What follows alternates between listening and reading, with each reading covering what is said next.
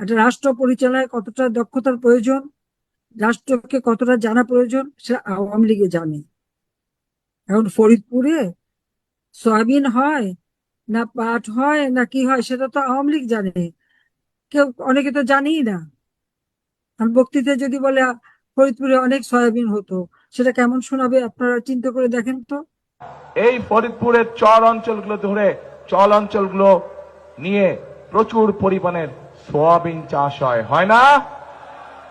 হ্যাঁ, মৌলানা ভাসানী মারা গেল 1976 সালে, কিন্তু আজকে যিনি ক্ষমতায়, সে বক্তৃতা দিল কি?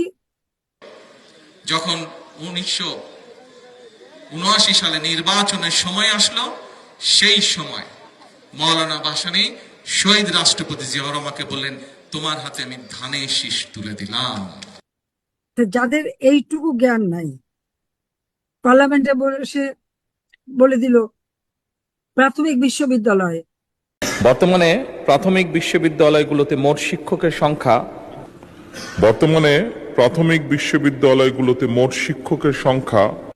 প্রাথমিক বিশ্ববিদ্যালয়টা কোথায় আছে? আমার মানে একটা প্রাথমিক বিশ্ববিদ্যালয় খুলে ওকে পড়তে পাঠান, যে বক্তৃতা দিয়েছে তাকে প্রাথমিক বিশ্ববিদ্যালয়ে পড়তে পাঠান।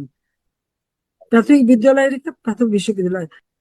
কাজে এই যে মানে একটা রাষ্ট্র সম্পর্কে যার এতটুকু ধ্যান ধারণা জ্ঞান নাই, সে দেশটাকে কি করে এগিয়ে নিয়ে যাবে? চরম অরাজকতার মধ্যে চলছে।